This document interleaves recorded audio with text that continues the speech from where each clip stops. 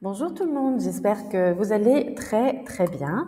Alors aujourd'hui, je vous partage le cours, la séance 5 de notre module S2. Pour les personnes qui ne me connaissent pas, je suis le professeur Somaya Glimi, professeur à la faculté des sciences juridiques, économiques et sociales de Casablanca. Je me fais le plaisir de vous dispenser pendant cette période-là, assez particulière, le cours S2 Management. Bienvenue à toutes et à tous. Si vous faites partie d'autres ensembles, soyez les bienvenus. Nous sommes une seule équipe, c'est le même programme. Très bien. Alors, nous avons finalisé dans la séance précédente la première école de pensée, l'école classique. Aujourd'hui, dans le cadre de cette séance, nous allons passer à l'école des relations humaines. Nous avons déjà vu Taylor, Fayol et Max Weber. Nous allons découvrir d'autres penseurs, d'autres économistes qui ont pratiqué, réfléchi autour d'approches de démarches managériales pour pouvoir justement garantir la performance de leur équipe, une bonne organisation, planification, mais aussi de la performance à l'échelle financière ou à l'échelle humaine. Allez, nous découvrons. J'espère que c'est visible. Voilà, très bien. Alors, on parle dans cette école de relations humaines, comme vous voyez avec moi, chers étudiants, on se focalise autour des enjeux qui sont présents au sein des organisations. On réfléchit dans le cadre de cette école à comment gérer le capital humain, ou ce qu'on appelle aujourd'hui le capital immatériel, qui est beaucoup plus important que le capital financier. Ben oui, parce qu'on peut avoir de l'argent, on peut avoir beaucoup d'argent, mais si nous avons des personnes qui sont incompétentes, qui n'ont pas l'esprit de fidélisation, pas l'esprit d'appartenance. Ils ne se sentent pas appartenir à un cadre, à ce cadre-là. Ils ne se sentent pas impliqués, ils ne vont pas avoir l'esprit d'initiative. Peut-être qu'il y a un défaut au niveau du management. Peut-être qu'il n'y a pas de motivation. Peut-être que les décideurs n'apprécient pas leur effort. Donc, ça les a conduits à une baisse de performance. En tout cas, il y a plusieurs hypothèses et suppositions. Aujourd'hui, gérer le capital humain de façon intelligente va fructifier l'argent que nous avons.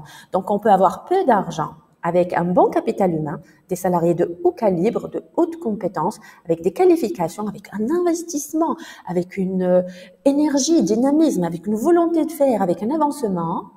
Eh bien, ces personnes-là vont mener l'entreprise vers l'atteinte de ses objectifs, vont mener l'entreprise vers sa finalité, vers le gain, vers le profit, vers aussi une place réelle de concurrente, avec certaines stratégies compétitives, certainement, pour pouvoir avoir sa place sur le marché.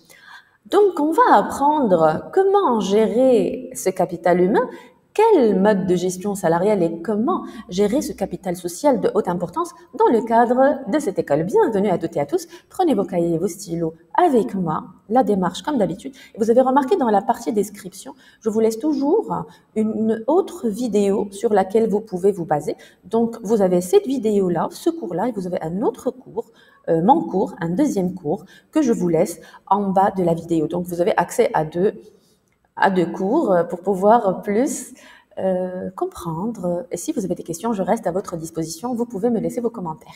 Allez, donc cette école a réagi aux imperfections de l'école classique. Vous avez remarqué que nous avons finalisé le module précédent par des critiques. Il y a eu certaines personnes qui ont trouvé que, justement, on ne peut pas arriver à une certaine efficacité, du moins continue, parce qu'on peut peut-être bien, me semble-t-il, arriver à une compétence d'une personne qui est pratiquée par rapport à une courte durée dans le cadre d'une mission, mais pour pouvoir maintenir de façon longue durée, de façon continue, la motivation et l'investissement de cette personne, c'est assez critique. Donc ici, cette école est venue pour critiquer ce que nous avons étudié, critiquer l'école classique. Elle a trouvé qu'il y avait beaucoup d'imperfections, et notamment le système assez rigide de Taylor. On change ici de réflexion, on change vers une nouvelle dimension. On se penche, on se concentre, on se focalise, chers étudiants, sur le comportement du travailleur en tant qu'individu. On ne le prend pas comme un salarié qui doit exécuter une mission et au revoir, mais on le voit qu'un être humain. C'est un membre avec nous qui évolue.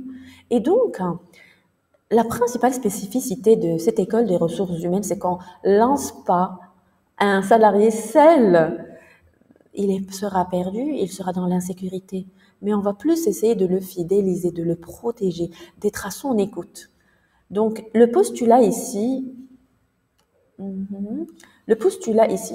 vois que l'image n'est pas très claire. Bon, comme ça, c'est bon. Alors, le postulat de l'école des relations humaines, c'est que ce travailleur-là, ce salarié, toi, moi, nous sommes des acteurs. Nous avons un rôle. Est-ce qu'une pièce de théâtre peut être sans acteur? Est-ce que l'un des acteurs, s'il n'est pas là, est-ce qu'il y aura problème? Oui.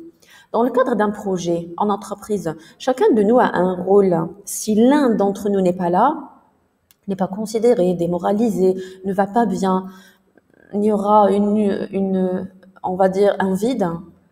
Et donc, on a besoin de tout le monde. Chacun a sa place, chacun a son importance. Il faut se pencher sur l'être humain en tant que tel, parce que cette personne qui évolue chez toi, si toi tu es manager, qui évolue chez toi, il faut l'apprendre en tant que personne déjà. Si tu arrives à comprendre sa psychologie, tu peux mieux la mener.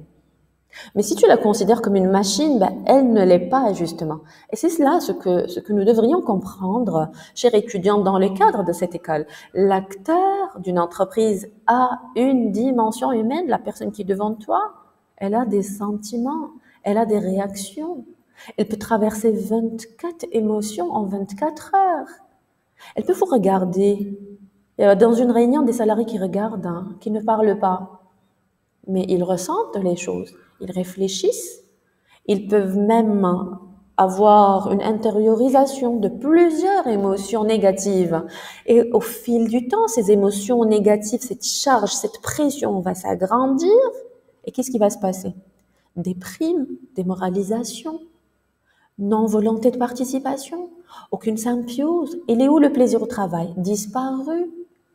Verront que le côté négatif des choses, ne participeront plus aux réunions, n'auront plus de challenge et d'objectifs. Ils viendront uniquement au travail parce qu'ils ont besoin de ce salaire à la fin du mois. Donc, on ne parle plus d'épanouissement professionnel ni personnel. On ne parle plus de fidélisation de ce salarié. Et combien il pourra tenir? Quelques années. Et vous allez le voir éteint, comme une bougie où il n'y a plus de lumière en fait.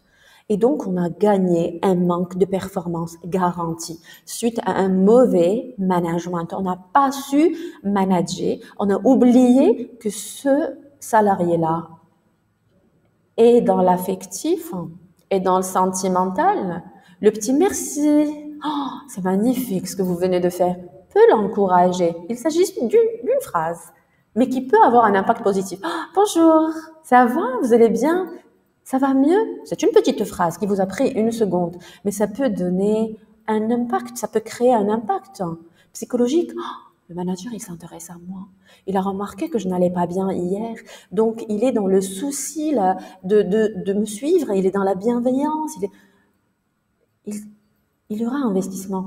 Pourquoi? Parce que plusieurs personnes sont motivées par de l'argent, la motivation monétaire, et d'autres sont motivées par le comportemental, la présence, l'écoute, un petit sourire, un regard encourageant. Nous ne sommes pas pareils. Et donc, il faut alors réfléchir à cet être humain qui n'est pas pareil, justement, qui est différent. Donc, ici, dans ce module déjà, que je trouve très intéressant pour vous, chers étudiants, surtout pour votre future carrière en entreprise. Donc, dans cette partie de comportemental et de relationnel, on voit le behaviorisme, le comportement de l'autre, on l'observe, on l'analyse, on le comprend pour mieux le gérer. On aura un meilleur rendement, nous allons voir. Et bien sûr, à vous, il restera le soin et le choix de choisir la meilleure approche que vous jugerez la plus intelligente pour une gestion de la personne qui est en face de vous. Alors, ici, puisque l'être humain est en contradiction, le matin, il peut être content, l'après-midi, la personne, elle peut changer d'humeur. Un coup de fil peut lui changer son humeur. Un merci, un regard peut aussi changer. L'interaction avec l'autre doit se baser sur, justement, un souffle lent, de la patience, de l'observation continue et un changement de stratégie avec l'autre, voir ce que justement l'autre a des réactions et des comportements assez spécifiques. Donc, c'est la première spécificité. Je passe avec vous, chers étudiants, à la spécificité 2. J'espère que vous suivez avec moi. La réalisation de la performance économique passe par quoi? Par la satisfaction des besoins sociologiques de la personne. Il faut que socialement parlant, ce salarié se sente appartenir à une équipe.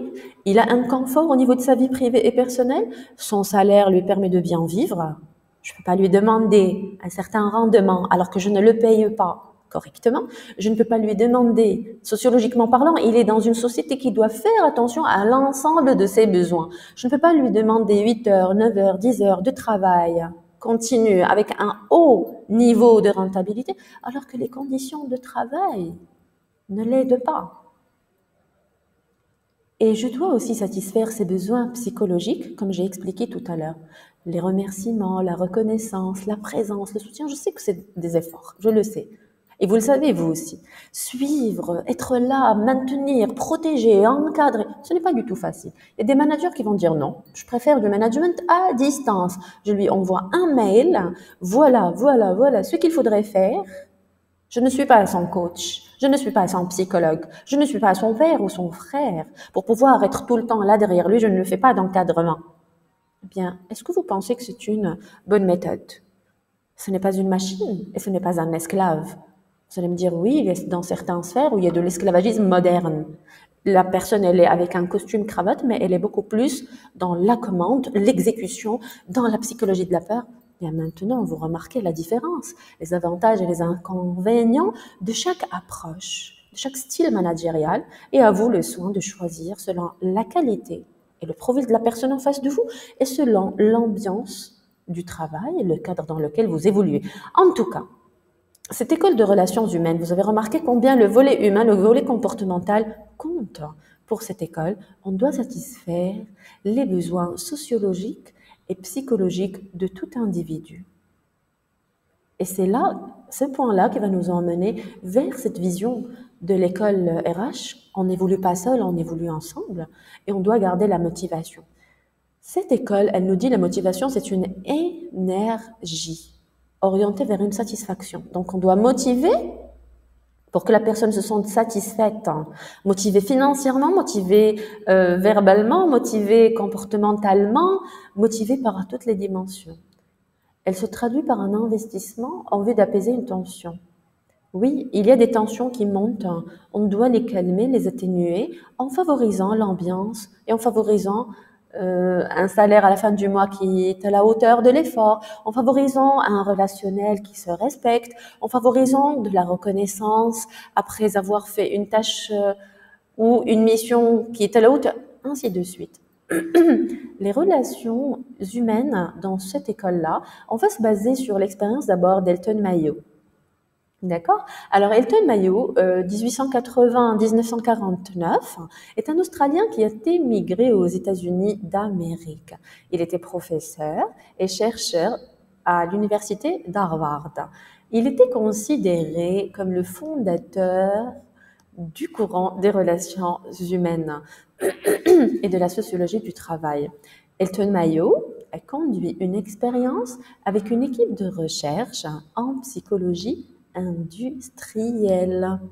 Regardez, dans l'industrie, vous vous rappelez de l'image que je vous ai montrée dans le premier cours, dans lequel je vous avais montré Charlie Chaplin à l'usine, en train de faire le même mouvement tout le temps, toute la journée, puisqu'on lui a donné une tâche à répéter tout le temps. Là, dans l'industrie, on a la dimension psychologique. On est en train de réfléchir à cette personne en tant que psychique, et donc à quoi elle pense, comment elle ressent, c'est quoi ses réactions, pourquoi elle a fait ci, pourquoi elle a fait ça, qu'est-ce que cela reflète. On essaie de comprendre les choses, vous avez remarqué. En tout cas, il a conduit une expérience pendant 5 ans.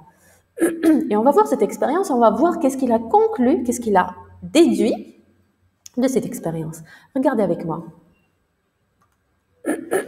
Sur quoi apporter l'expérience?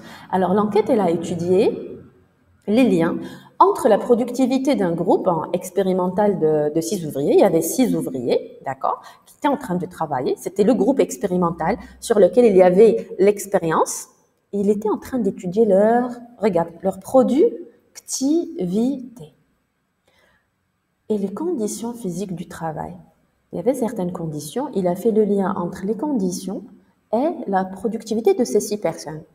Il a fait attention à l'éclairage, les heures de travail, le salaire, le repos, etc. Regardez avec moi, je vais amoindrir un tout petit peu l'image. Je pense que comme ça, c'est mieux. Voilà. Les résultats de l'enquête. Il a comparé les résultats du groupe sur lequel portait l'expérimentation et les autres groupes qui étaient juste témoins, qui fonctionnaient avec eux. Mayo et son équipe ont constaté que le groupe sur lequel portait l'expérimentation a maintenu le même niveau de productivité. Ils sont restés productifs avec un livrable, etc. Même lorsque ce groupe-là a été privé de toutes les améliorations des conditions physiques jusque-là. Ça ne vous choque pas? C'est ce que lui a appelé l'effet Hawthorne. On va essayer de comprendre pourquoi. Et qu'est-ce que c'est cet effet Hawthorne? Voilà, je vous explique. Les ouvriers du groupe expérimental, ils étaient motivés, même s'ils étaient privés de plusieurs aspects. Pourquoi? Rien que par le fait qu'ils font l'objet de l'expérience. Ils se sont sentis comment? Valorisés. Ils ont senti qu'ils appartiennent vraiment, qu'ils ont une valeur ajoutée, qu'ils peuvent avoir de la visibilité. Il y a des personnes, vous remarqueriez, quand on leur dit pas bonjour, ils te disent mais tu m'as pas vu? Mais j'étais bien là. Mais tu me parles pas? Ils veulent se sentir présents. La dimension de l'autre, en fait, regardez comment en entreprise c'est assez très simple à comprendre.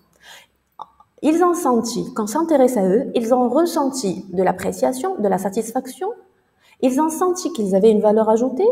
Tant que les gens faisaient attention à eux, leur donnaient de la valeur, ils se sont sentis exister. Et ils n'ont pas demandé plus. C'était de la satisfaction, en fait.